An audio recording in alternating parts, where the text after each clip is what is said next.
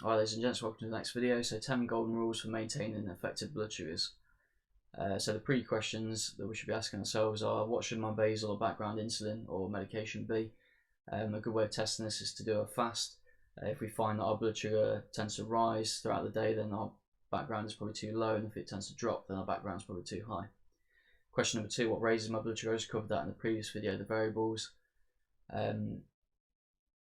How much or rapidly does something raise my blood sugar? The main things to be considering here are the glycemic index and the glycemic load, when we're thinking about food, that is. The higher a food is on these two things, with the index, that tells you how rapidly something will affect blood sugar, and with the load, that tells you the total amount that something will raise blood sugar. Question number 4, what lowers my blood sugar? Again, I covered that in the previous video. And question 5 is how much or rapidly does something lower my blood sugar? And then the last question is just kind of the fundamental behind those questions. So the golden rules, page 1 of 2. First golden rule is to check our blood sugar often. So upon waking up, before a meal, post meal, before exercise, after exercise, before things like driving. That's pretty much mandatory, and can lead to pretty bad consequences if we don't do that and we end up in an accident. And before sleep, because obviously we don't want bad blood sugar control during our sleep. Golden rule number 2 is, if our blood sugar is low or going low, to have a set in stone hypocorrection, something with a very high glycemic index, e.g. Dextrose tablets.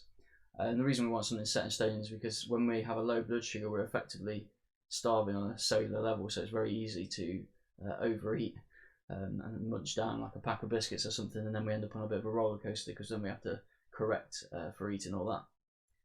Whereas if we have something set in stone, then we can just have that, wait for it to, or try and wait for it to impact our blood sugar, feel better, and then not overeat and have to go and sort of solve the roller coaster crisis.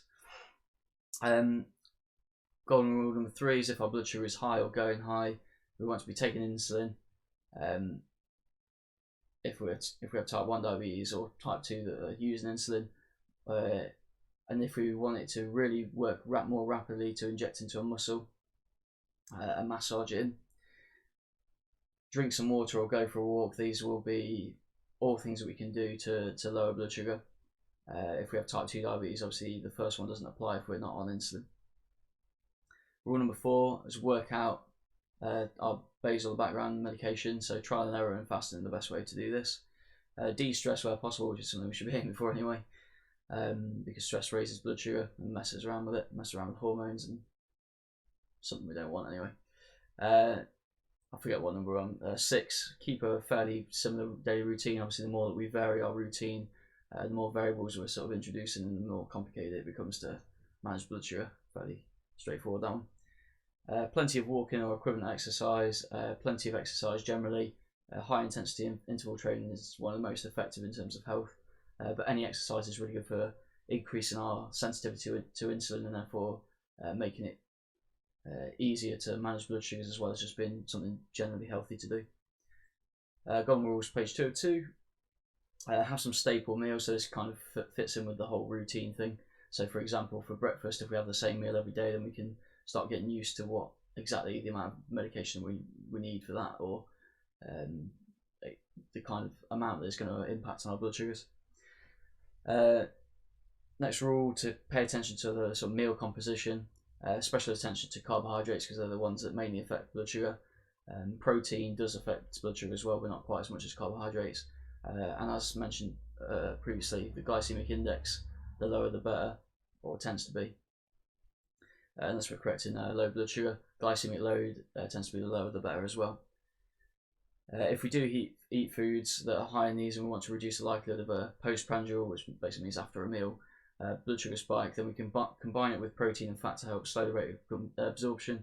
Take the medication earlier, so for example, we can inject insulin longer before a meal. We can inject into a muscle and massage. That will make the insulin work much more rapidly. We can go for a walk after our food. And last but not least, meal frequency.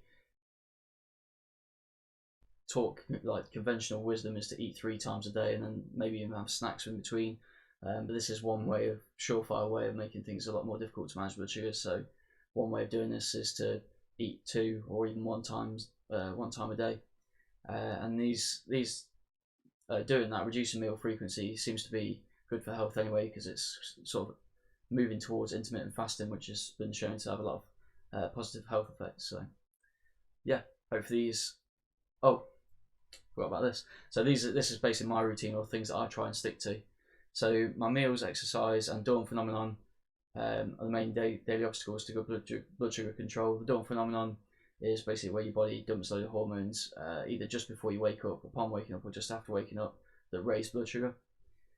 So what I do is I inject rapid insulin when I wake up to combat the dawn phenomenon, and I don't eat with it, because otherwise I'm combining variables, which makes it more difficult. If I was to eat with it, then I would just basically add the insulin that I was combating dawn phenomenon to the amount of insulin that I would normally inject for that meal, and hope that that works. I don't eat until past 12 midday usually. I'm usually around somewhere between 1 and 4 p.m. I try and have a staple breakfast, so at the moment I'm having a smoothie, and I have basically set ingredients, and I try and only eat 1 or 2 meals a day. I try and eat lower glycemic index food, so I don't eat things like bread, sweets, chocolate, anything that kind of raises blood sugar rapidly unless I really need it. But as I say, I use dextrose tablets for hypo, sorting out low blood sugars anyway. I try and go for a run each day, or do some form of exercise to keep my insulin sensitivity high. I occasionally do a prolonged fast. I'm way overdue doing that this year. I've not done one so far. I was hoping to do about 4 a year. By prolonged fast, I mean somewhere between 3 and 7 days without food.